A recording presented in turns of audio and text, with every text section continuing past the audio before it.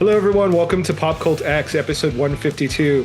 Once again, we are joined with our special guests, Gen X, and our co-host, Danny, with myself, Gabriel.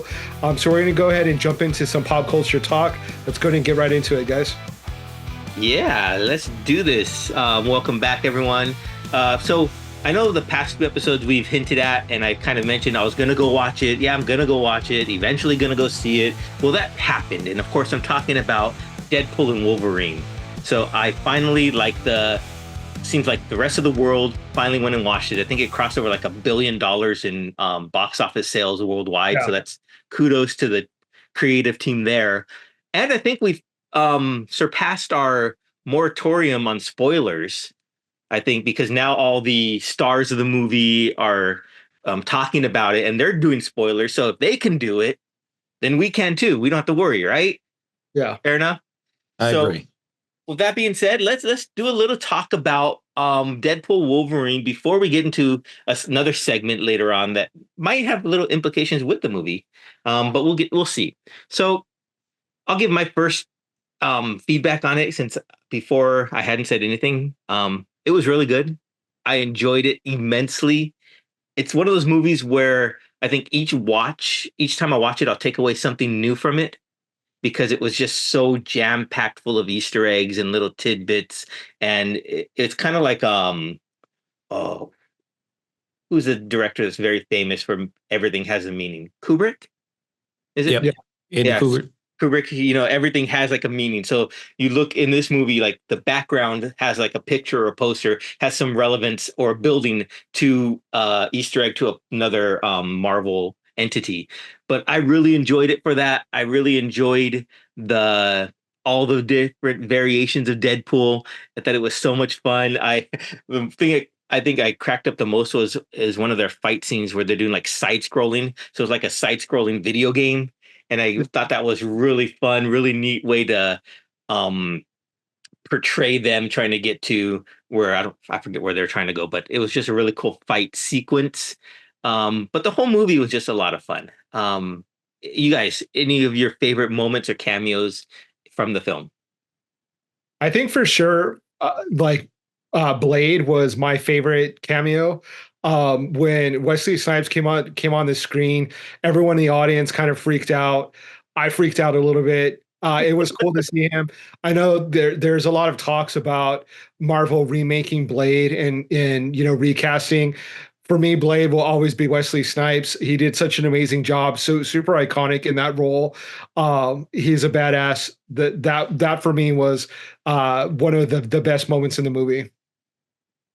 Yeah, so I also like those parts, but I also like Wolverine variants that we got to see iconic covers that showed up with him on the crucifix one. That's a really iconic cover. And then also Patch, and just seeing all the different variants. I thought that was a really clever way of giving a nod to all the geeks and freaks that love that. And just to be able to, be like, oh, shoot, I forgot about that cover, and then just being able to enjoy even like all the characters, the Deadpool, that scene at the end, I was like, he's killing all the Deadpools, but they come back, right? So, and then all of a sudden, not to give it away, if you haven't seen it, it's terrible. I told you guys at the last episode, I had trolls hitting me up because of the Blade reference. And I was like, that is like the smallest part of the movie. But I think we're at the point where if you didn't see it and you're waiting to stream it like another 6 months, then that's on you. At this point, we're going to talk about the internet. It. Yeah. Yeah, exactly. Stay off the internet. Be a recluse for as long as you can. Try not to get your internet up and running. Maybe don't pay the bill. I don't know, whichever one you decide to do. So, don't pay the electricity. Go out there and be like Wild Bill, and just, go on tour on a carnival. I don't know, whatever you want to do. But no, it was an excellent movie. Like I said, I actually liked it right under Endgame out of all the Marvel movies. But, I give Ryan Reynolds props. Like, he really did it. Like, he really pulled a lot of this lore and a lot of the characters that we all didn't expect. And then, even the ones that were leaked, they were better than they were, described. So I was excited. I'm excited to see it probably a third time. I brought my wife this time to go check it out because she was upset that I had seen it the first time. And she had a blast, which I knew at that point. I was like, okay, all right, maybe I am converting her. What did you guys think of, speaking of the Wolverine variants, of the Calverine, Henry Cavill? I thought that was awesome. Yeah, that was cool. I mean, it was rumored, right? But he looked like a good, badass Wolverine. Yeah. I still like the short person though, the true to form Wolverine, that little person. Yeah. That was hilarious when he got off the bar stool. But no, Henry Cavill was cool. I could see him playing that role. Yeah, for me, I think Henry Cavill did such a great job with Superman. In my opinion, I think he's one of the, after Christopher Reeve, like probably my favorite Superman. So it would be cool to see him in another super role, or not super role, another superhero role. Again, I think he's like too tall to be Wolverine for me. Like Wolverine needs to be a little bit more compact. I don't know if we know who the actor is that would be able to replace Hugh Jackman, but it would be interesting to see him definitely take up the role. You want to see Danny DeVito? Yeah. No. Well, there's some talk about some fan casting of what's the name, Daniel Radcliffe as Wolverine, and I was like, I don't know about that. Even if he got really jacked, I can't see him playing Wolverine, even though he definitely is like the height size. Who would you then fan cast? Let's fan cast a little bit for the MCU version of Wolverine. Who would you pick? I don't know, because there's not a lot. I mean, there are a lot of short actors in Hollywood, but I don't really know if we know any. I don't know of anyone that would be able to replace Hugh Jackman. Hugh Jackman did such a great job at Wolverine that I'm not like super quick to try to replace him. I know that they're going to recast him, eventually, because they can have him being Wolverine at like 60. But I don't know. I don't know who would be a good replacement for him. How about you, Jen? You know what? It's weird. I don't think I could see anyone else playing him. Shoot, if you brought back Blade, why not let Wesley Snipes at it again? You know what I'm saying? Let him play Wolverine. No, but all jokes aside, yeah, I don't know. Hugh Jackman killed it. And yeah. I don't know if there's any other actors that could do it, especially the true to form Wolverine. Yeah, I was actually going to ask you guys, in the MCU, since it's been rumored, who do you want Henry Cavill to play? What character would that be? Reversing it. So we're going with the character. That's interesting. I'm not sure. For me, I mean, I know before we get into that, I'm dying to say my Wolverine pick. Yeah, go ahead. I'm a huge fan of the show The Bear. So I think Jeremy Allen White would be a great pick for Wolverine if we're going the size factor, because I think he's like my height, 5'7". So, it'd be cool to see a Wolverine at I could see eye to eye with. That'd be kind of fun. That's a good one. I think Henry Cavill though would make a good Wolverine if height doesn't matter. Yeah. I don't know. I'm trying to think of all the characters, and I don't know if necessarily an X-Men would be a good fit for him. So I'm thinking of just in the Marvel universe, and I can't really think of anyone that I would immediately cast him as. He was such a good Superman. I thought he was a really great Superman. I don't know why they need to replace him in that franchise. Well, that dude looks the same, almost like him, just a little bit younger. So I don't know why they recasted him. He looks exactly like Henry Cavill. Yeah, they tend to do that. They had Brandon Routh or Ralph that kind of looked like Christopher Reeve but younger. So they tend to try to replace people that look exactly like who they're replacing, which is weird. Yeah, I mean, for Henry Cavill in the MCU, just based on the comic books that I enjoy, goodness, that's a tough one. I mean, I really can't say, because I know they already have a Moon Knight, so he's there. They already have a Daredevil, so he's already in place. Who else? What other characters do I enjoy? My favorite from this movie of Deadpool Wolverine was Gambit, and Channing Tatum did a perfect job in that, so I can't say Gambit. I don't know. What about you? Anyone else? Just throw any character out there that you think he would be good at. Hmm. I'll put Yeah. Jeopardy music on right now. So.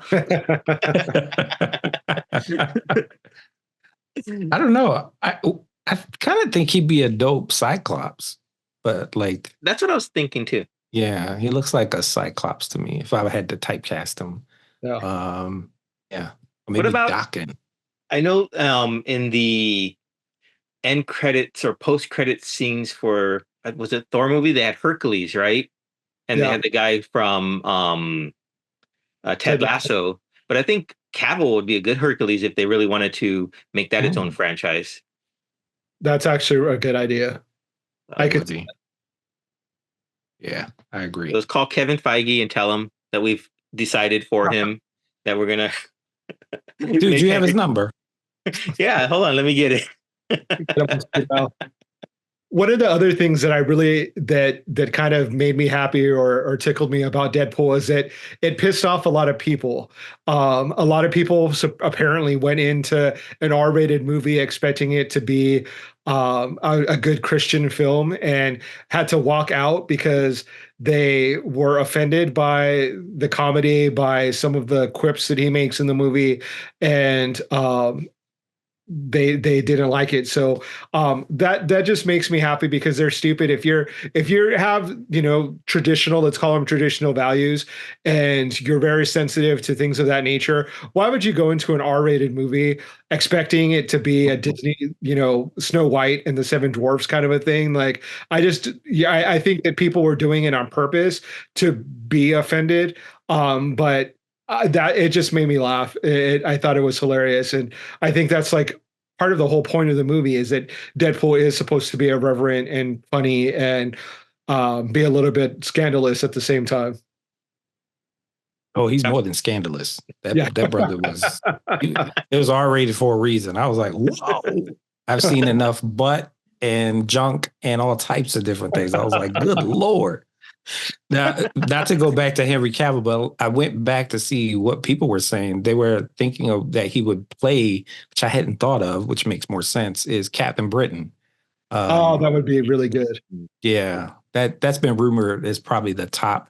Um, I actually thought Doctor Doom wasn't going to be RDJ, obviously, just like everyone else. But I actually thought Keanu Reeves, I know he is also another person who has signed up to play a character. We just don't know which one he was going to be. So I'm a little bummed that he's not Doctor Doom. But yeah, as far as Henry Cavill, they're even talking about Hyperion, which is interesting. And, the usual stuff, too. They also had him as the Beyonder, which is kind of interesting, too.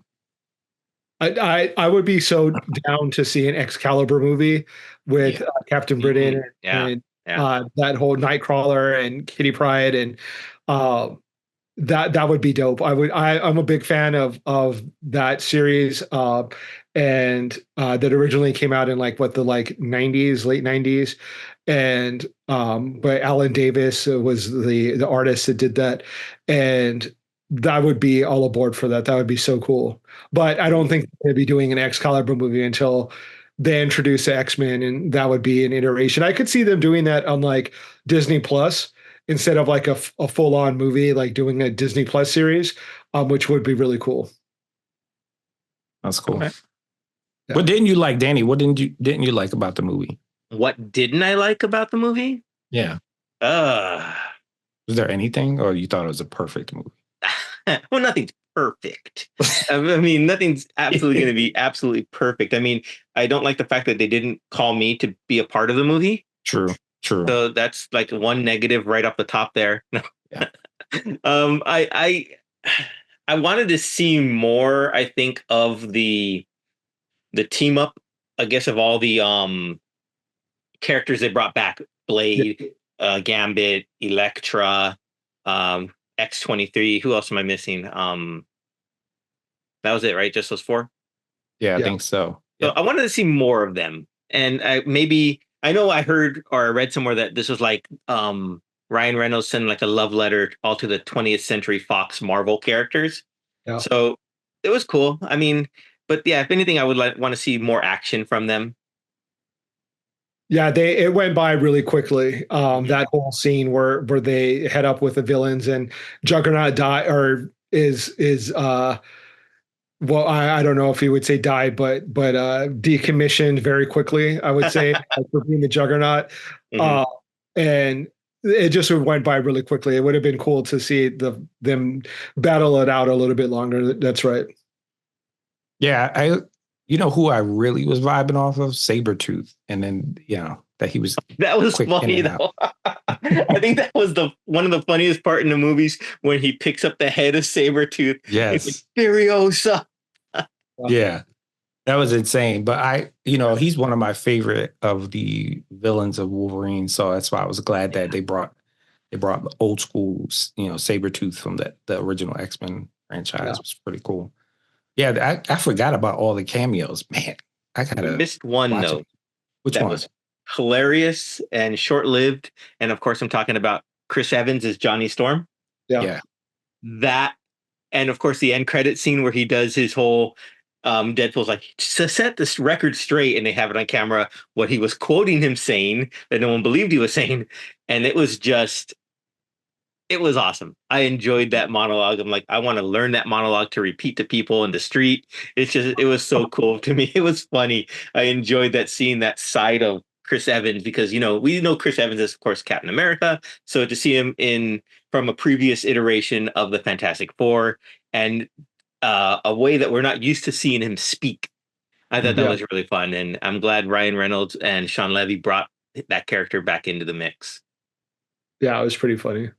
Now let me ask y'all, because I've been in some chats and other like YouTube, people have been talking about Wesley Snipes playing Blade and that he's too old to be playing Blade.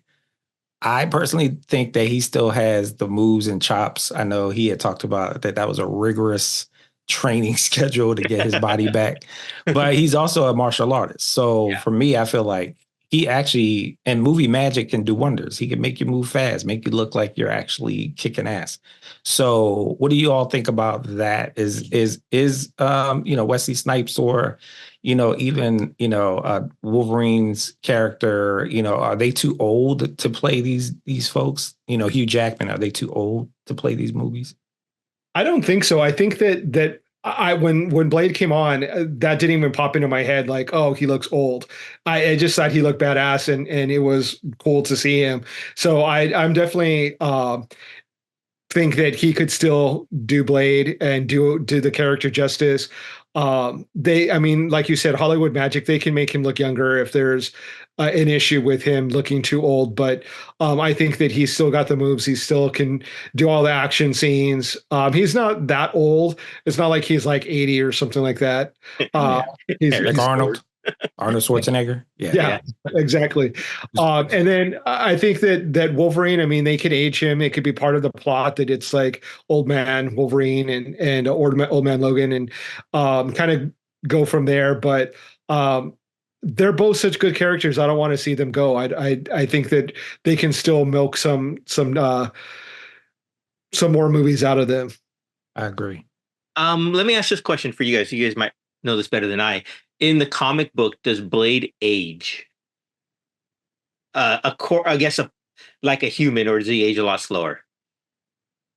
So interestingly enough, if you look at the original Blade, he had an afro and he was a human. The storyline that kind of proceeds after that is really from the movie. So they actually, after Wesley Snipes kind of introduced Blade, they took that actual look and translated it into the comic book. Oh, So interesting. Okay.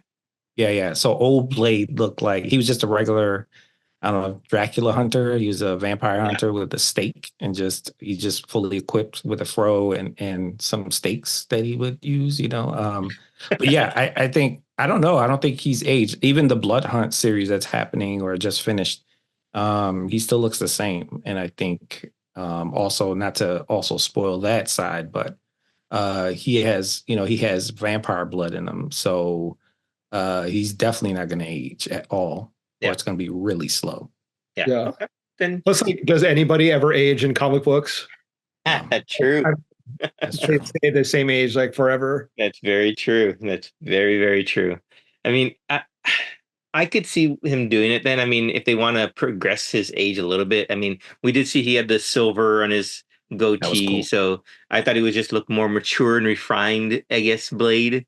Um, I would think it would be really cool then if that's the case to see like a Midnight Suns team up with Blade in there. I think that'd be a real cool series or a show then as well. I would love to see Blood Hunt, that series live action, because I think then you can pull in Miles Morales and a whole bunch of other.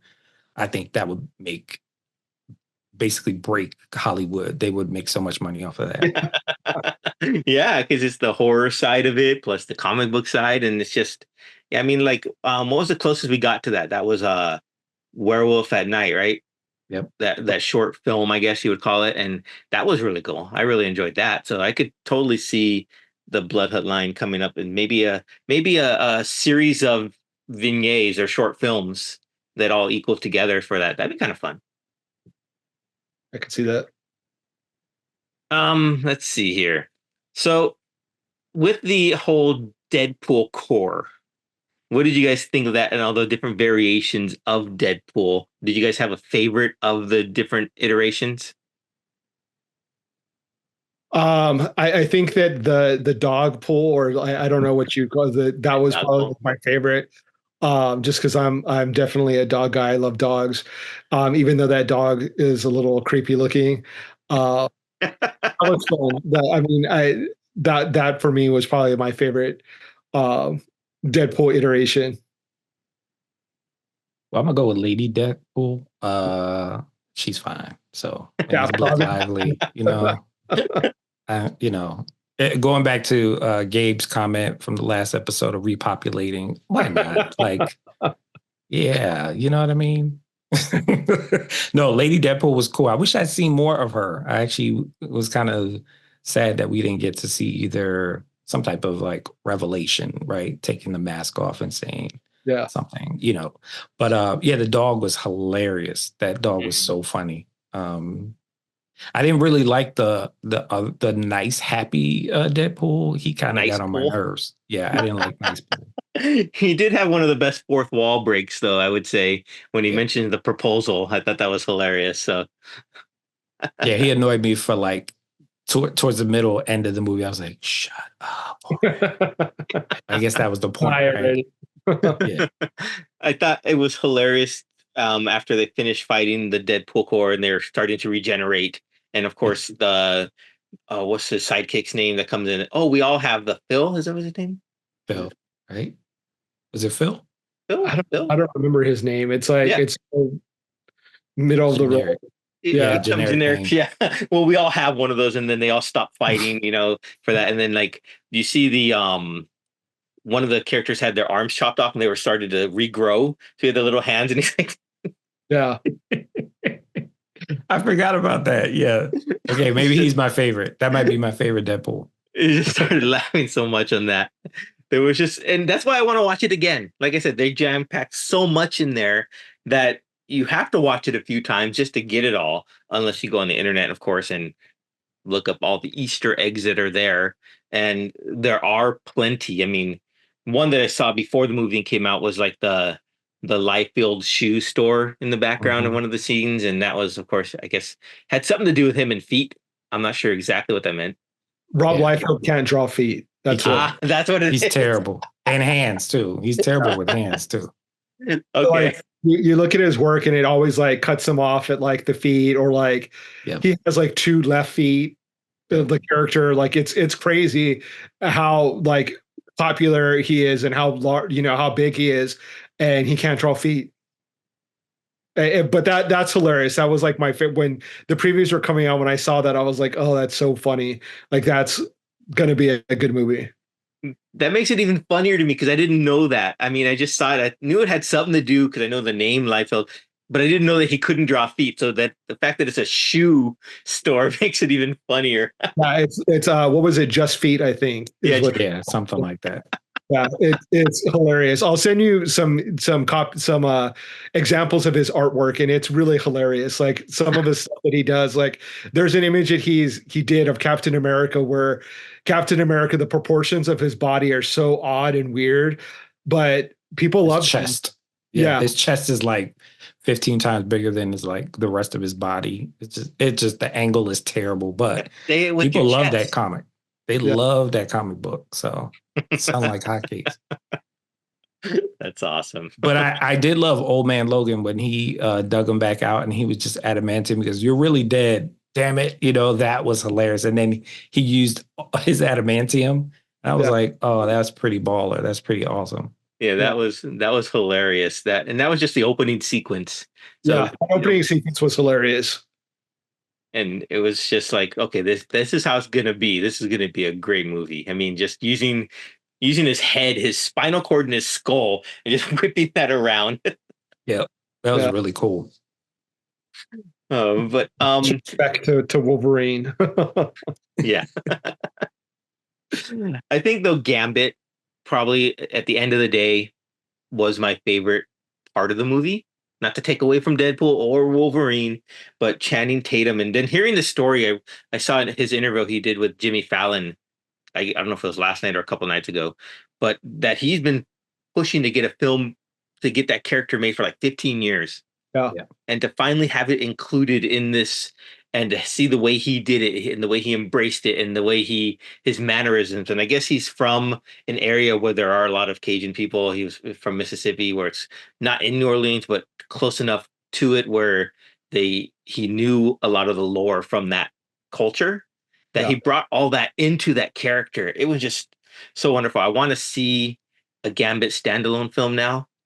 Like that he talked about. I mean, Gambit is probably my favorite X-Men, has been, like I was telling Gabe earlier. I think it's because he uses a staff.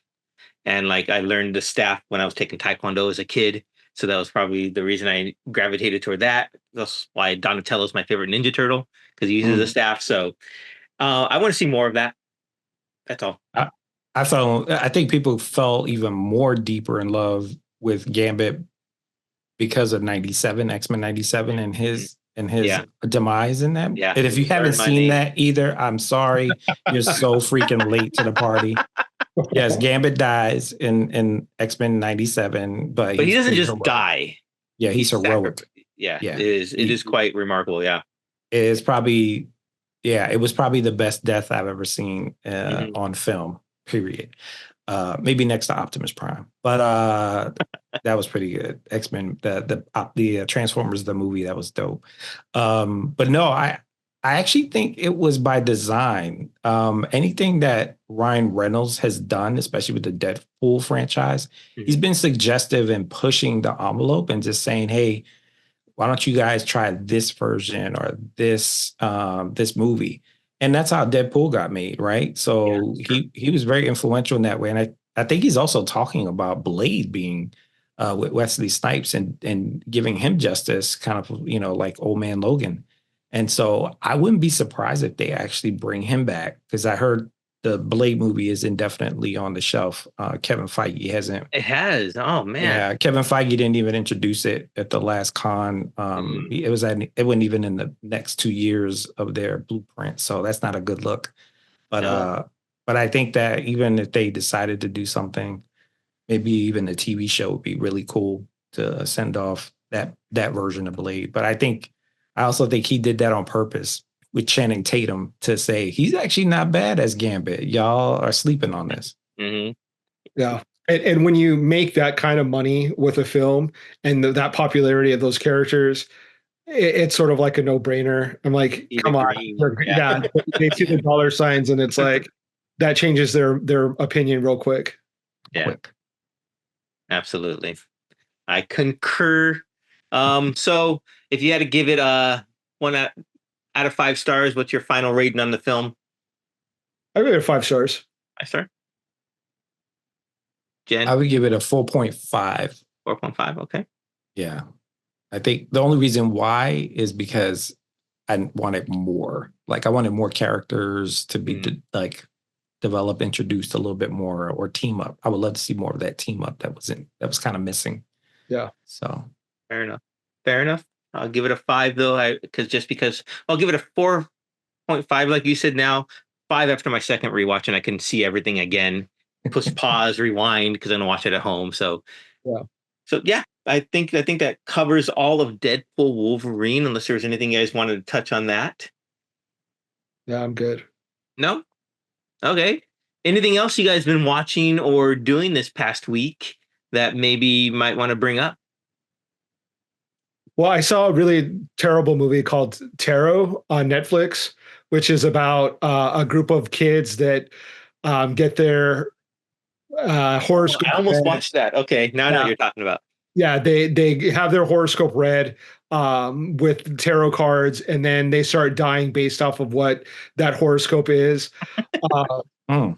it's, I mean, it's fun to watch. On like, I guess it was like a Wednesday night at like 8 o'clock, like nothing else was on, so I watched it, and it was fun, but it's so bad. It's like one of those like really convenient horror movies where like, oh, the person that's gonna save us just happens to live down the street. Let's go visit her.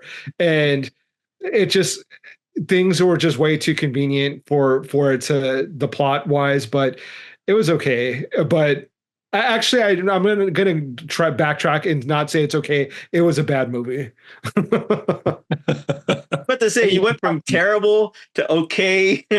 I start because then I start to think like, okay, well, I watched it and I was entertained, but I really wasn't. And there's an actor in it, Jacob Batalon or Batalon. I don't know how you Oh, say his Spider-Man. name. Yeah. Oh yeah, he was in Spider-Man. He annoys me for some reason. Like I just cannot stand him. I really thought he was annoying in Spider-Man. He's in it and he plays an even a more annoying character, if you can imagine that.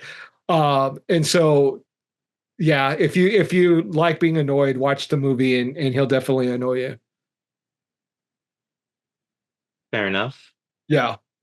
That's my 30-second review of that film. Okay. I watched a film called The Instigators on Apple TV. Mm. And Apple TV, you know, it's really, they don't put out a lot of content, but I think they go for quality over quantity. So it was really good. I say it was really good. I enjoyed it. It's a action comedy starring Matt Damon and Casey Affleck. Um, and Ron Perlman is in it too, and he plays the prototypical corrupt politician. And I thought it was good. It started off a little slow for me. Kind of didn't get into it, but then it started picking up. Of course, Casey Affleck, who was one of the co-writers on it, and it was a lot of dialogue, as you would expect from a Casey Affleck written film. But it was enjoyable. I enjoyed it. I I don't want to give away too much what happens, but I'd say go watch it. So would you consider it like a political film, or is it just have some politics intertwined in it? It has some politics in that the political mayor is corrupt. And that's something that we see, is something that happens in real life. Absolute power corrupts absolutely, and that whole jargon. But I would definitely say that it did pull from people in real life to put into pop culture. Yeah. And I think that happens a lot, right? So pop culture really reflects the I guess the status or the atmosphere of the political arena. And we see it in a lot of satire, we see it in a lot of films, and it's really a fascinating topic that we could probably spend a whole episode on. But I think we want to talk a couple minutes about it right now. We can do that. And I only say that because this is the political cycle, I guess, election cycle. We're in that right now. And I know a lot of that hype is going around, especially with the climate of what we find ourselves in. And I think the fact that these films draw and TV shows draw from that to kind of, not only memorialize it, but also just help us understand it better. I think back like one of the original pop culture political things would be like the Twilight Zone, Mm. right? When Rod Sterling and the way he captured the mood of I guess the pop culture, like use pop culture to capture the mood of the society as you see it. One of the episodes I remember was like I think it's called The Monsters of Maple Street, where like the neighborhood is convinced that someone among them was an alien and they're alien invaders, and it really how quickly they turn on each other.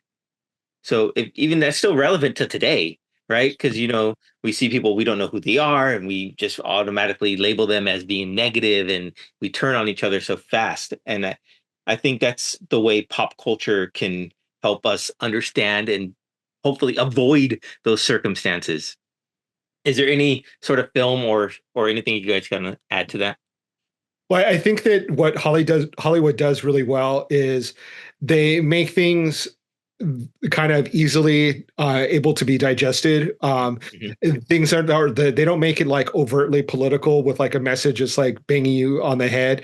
They sort of make it entertainment still because that's what, as Americans, I think we need to be entertained first and foremost before we are gonna sit down and like watch the news.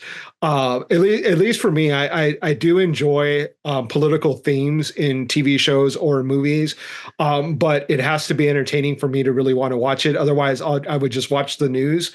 Yeah, But I that's think true. that they've done some really great things that it helps progress society by having the movies or the media depict certain things, race relations, gender equality, things of that nature. And so I think that they do a really good job of helping when it comes to that. But there's a lot of examples of shows that have some political themes or metaphors in it. Star Trek, I can think of as being one example. Some more like modern, everyday, like Veep was a show that was like Yeah. political, kind of satirized kind of what we're going through right now with a vice president potentially becoming a president.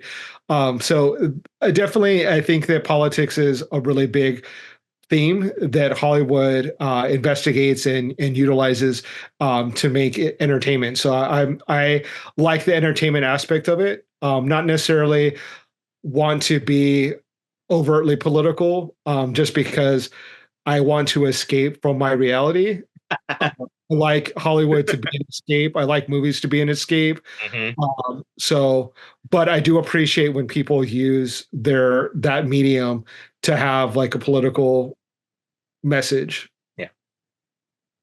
Yeah, I think that I'm reminded of what happened, after 9/11, and just how a lot of the shows that were represented, like movies like 24, reminded me of like the 80s all over again, right? Yeah. It was just like real macho, machismo, let's get it done, espionage type of thing. And it was really interesting. I vibe 24. I love some 24. That I could watch that, especially season 3. That was my favorite one. Back in the day when we had DVDs, I used to go to the old school record and tape traders where, Uh-huh. secondhand, and I Uh-huh. would just go and buy like the whole series. And I remember I binge watched probably a whole season within like, I don't know, 24 hours. I stayed up for 24 hours to watch 24. Wow. I know that sounds crazy, but yeah, I mean, even thinking about like, I mean, if you think about just talking about religion, that Mhm. shows like Evil. I watch Evil. If you haven't seen that, that's a really good show. It talks about like uh good and evil, but there's also nuanced pieces in there. It kind of talks about a priest that's trying to live right, but he's got all these temptations. And are we, religion, how does it play into Yeah. our, the way that we live life? Is that a good life? Is that a bad thing? Or, how are we tempted? Things like that. So yeah, and even, when you think about yeah, I'm big into documentaries too. I feel like documentaries is also another niche area that people have been binging on. I've Yeah. never seen so many Nazi documentaries, and I'm like, I think we've outdone this one. Like this one's, I pretty much know a lot about Hitler and Nazis. Like we're good, Yeah. but there's always something that pops up. Like for example, within even our political landscape, right? Thinking about how we connect the future of AI and that taking over, right? And what place does that have in our existence? And so you have stuff like the futuristic stuff that we all love, and Terminator 2, things like that are super scary because that feels like that could happen. And so, we start to really peel back. I feel like movies and TV are a gateway to the future. I think they've been feeding us this truth for a while. Yeah. And not to sound conspiracy theorist, but we've seen a lot that has transpired in the past, 20, 30 years more that have really come to fruition now, right? So there's a lot that's been happening in the world. And, even thinking about nuclear weapons, right? And the Cold War. Now we're looking at it from a different perspective where the extinction of man is still in our hands. But then sometimes movies, just to corral us, we got aliens that show up that be like, "Yeah, we're gonna test your humanity today. We came at the right time, right?" So it's like, oh, okay. And But man those come are together, yeah. yeah. But I like those political shows like House of Cards. Those are things that are really cool. Yeah. So I watch all that stuff. I haven't seen it in a while, but I definitely recommend those. I think Black Mirror does a good job of bringing in the technology into its show and how man uses that or what could be the demise of man. I think AI, like you said, is going to be a huge. I think there's a new show, a movie coming out. Not to go off tangent, that is about AI. It's like a horror film, and like they have an AI nanny or whatever, and Yep. I don't remember the name of the movie, but I just saw a trailer for it recently or a commercial, and like the AI scares the kids or comes to reality or something like that. But I think that's going to be a huge driving force for future Hollywood, although not in the way that we think or we're fearing about it taking over and running and creating everything. It's going to become a character, and in whatever instance it may be. Um, the political shows, like you mentioned, House of Cards and stuff, I think that is a prime example, like West Wing. Yep. Especially, it gives a good representation for people who may not be um, into political discourse at all, may not really know how it's all done or what transpires. And it's fictional, yes, but it's also could prove just for someone, oh, that's how that works, or that's how, just eye opening to people, and maybe it attracts them to want to get involved more, so they don't see stuff like that happening without their input. So yeah. One of the things that when I think of like politics and pop culture, one of the questions that I have for you guys, and I'm kind of curious, is when you go to, let's say you go to a concert to hear one of your favorite musicians, do you like hearing political messages or does that turn you off? Are you like, I'm here to hear you sing your songs. I want to hear, your greatest hits. Let's leave the politics out of it. Or are you like, cool with it? I guess it all depends if you agree with their politics, right? So if you're in that same echo chamber, then you could be like, yeah, preach it, preach it. But if it's something that, I guess, if it's an artist you really enjoy and they're saying something that's completely different ideologically thinking than what you think, it can be really off-putting. Yeah. And that's when you say, stick to your music. That's what I'm here for. Or maybe you just walk out if it really is that bad, because now you can no longer support that artist because they've run off at the mouth. I think artists, for me, when they do that, as long as they're informed and not just regurgitating stuff that they might have seen or maybe they got an email about and they're just, repeating that like a parrot as opposed to informing themselves, that's what's really off-putting to me. Yeah, I think artists, I don't know, I grew up with like Red Hot Chili Peppers and like, I don't you remember We Are the World when they got around hunger and Africa. Yeah. Those were the times where it kind of felt wholesome to do political stuff because we were, even though that was far away, it was still something that like, because of people's stardom, we could get behind, right? Like people's notoriety, like even thinking about comics, like comic folks doing stand up, they had that whole series as well. Like Right. that Yeah. was, Yeah. So Robin they used to Williams, do, Whoopi Goldberg, yep, Billy Crystal. Billy Crystal. Yeah. Yeah. So I think when you start to look at artists and people like that, like you said, Danny, like, it depends on your alignment. I think that when people go off the rails, and again, that's all relative these days. like I think about Kanye West and just his stardom. I used to love some Kanye West, and I still want to hold on to that Kanye West. But when you see him go off and do some crazy, conversation or talk, it just seems almost uh, simple and at the same time irresponsible. And so I think that there's a balance that needs to be met. So to answer your question, Gabe, I think it depends on the messaging, Mhm. and if it's I would say pluralistic or even community centric. When you start doing like these political tropes, and you start kind of going either red or blue in that way, it becomes a little bit performative, and it you just don't know.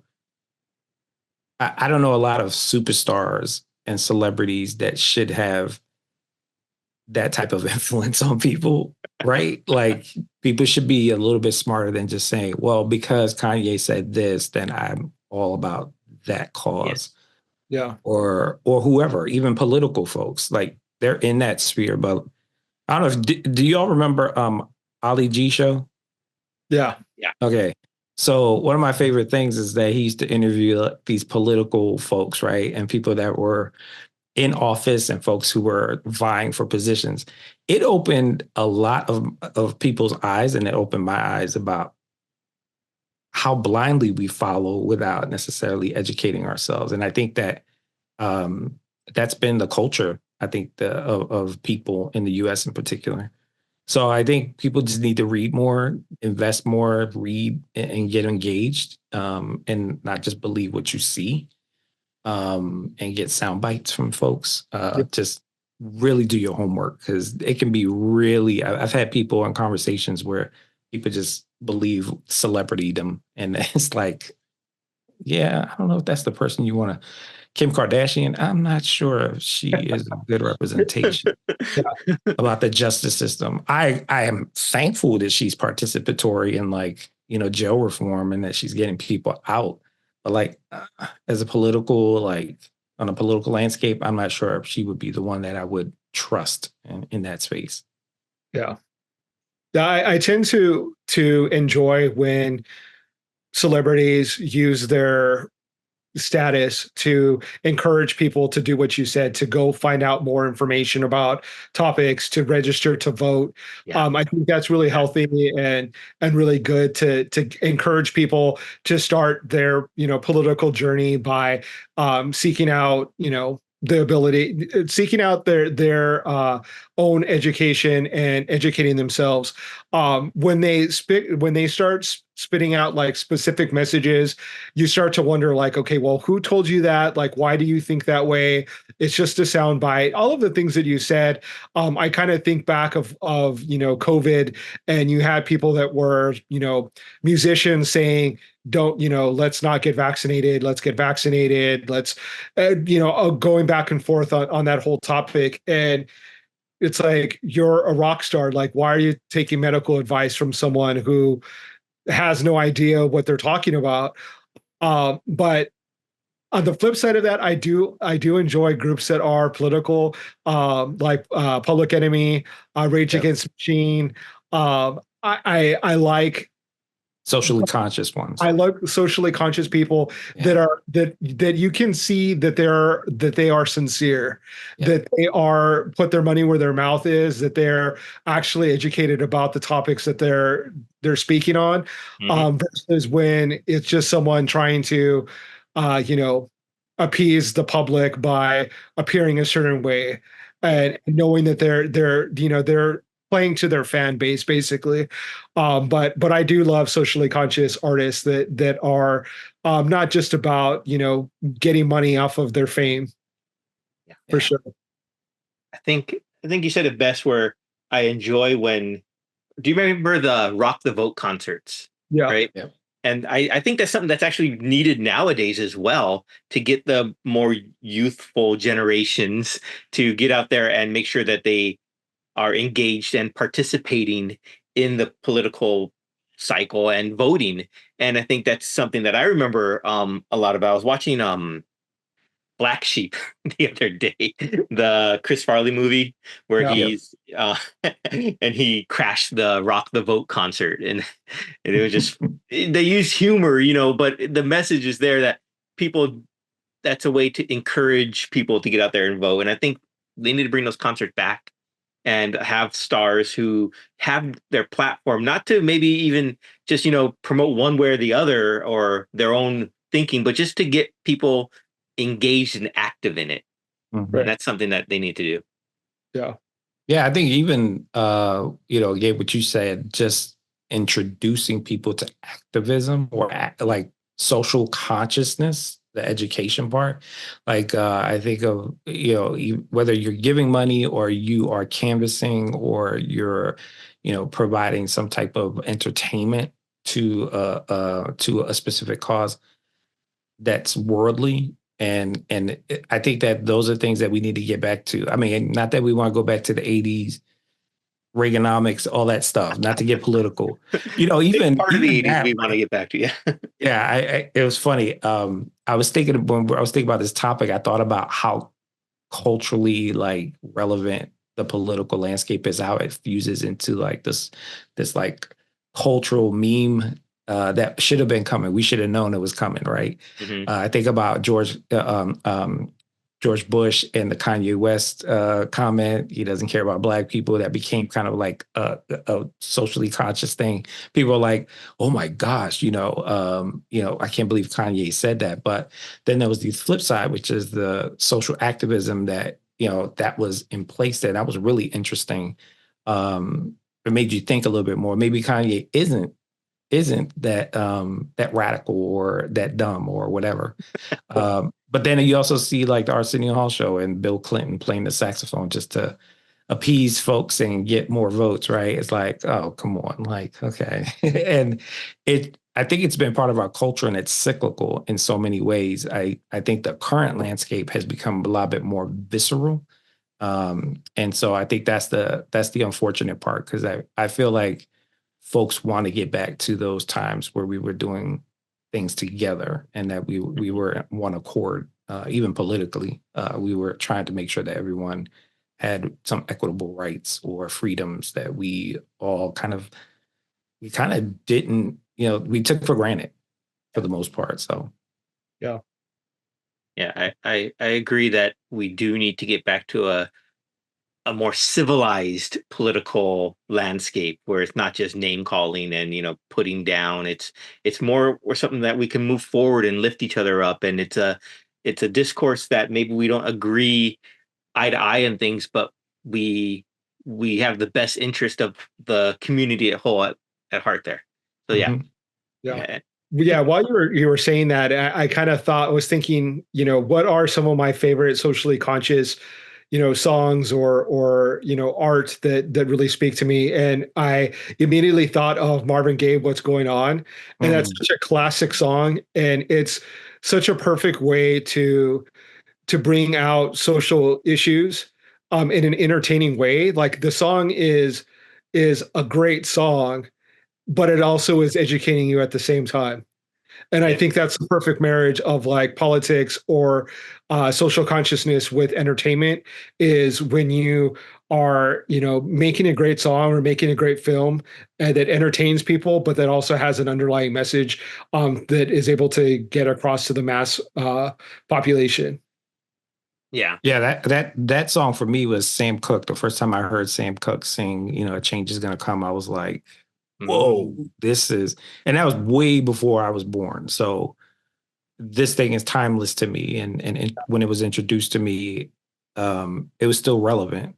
And that also is very introspective for me to think about, 50s, the civil rights era, and where we are now.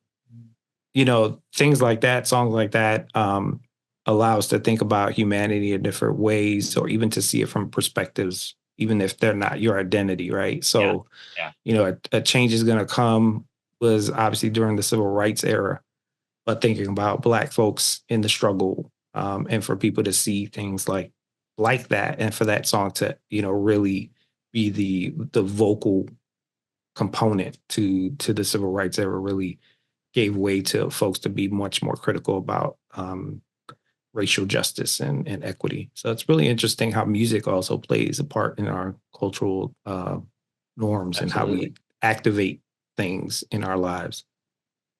Absolutely. Yeah. One of the other songs that I was just listening to last night was Billie Holiday, Strange Fruit. Oh.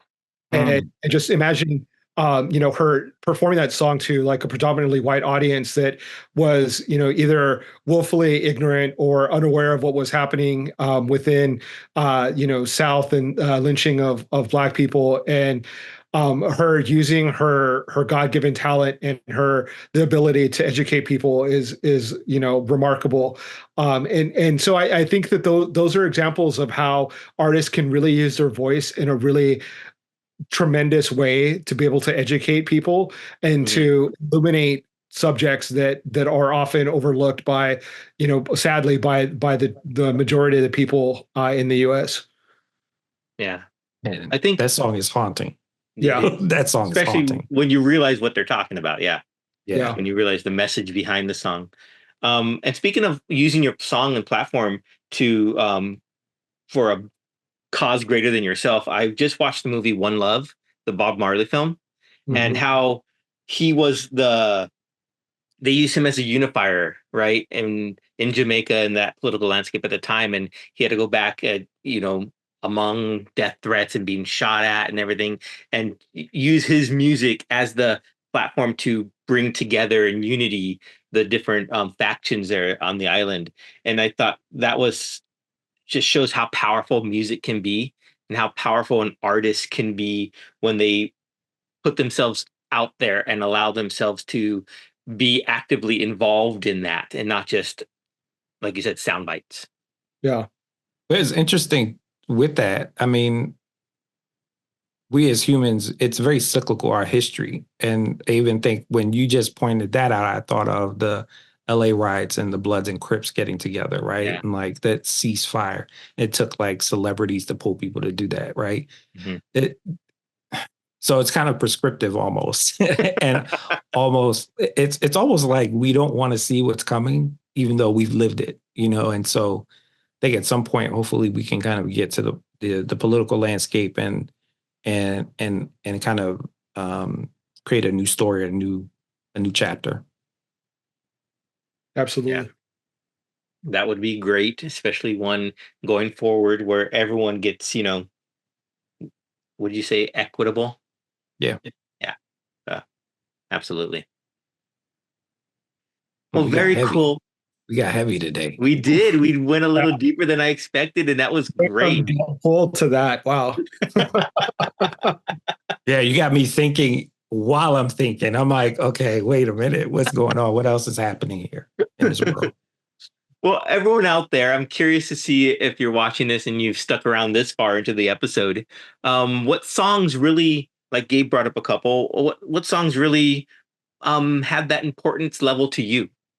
Share in the comments. Let us know maybe what artist, had that same sort of made you feel that way, made you want to maybe even get involved, made you open your mind to different aspects of that outside of your bubble or whatnot. So I'm curious to see what everyone else out there thinks about that. Put it in the chat. Put it in the chat. So with that being chat, y'all, let's interact. With that being said, I guess thank you everyone for spending some time with us in this episode here of PopCultX. We look forward to hearing your comments, and we look forward to seeing you guys next time. So thanks for tuning in. Thanks for liking. Thanks for sharing. And we will catch you all next time. Peace.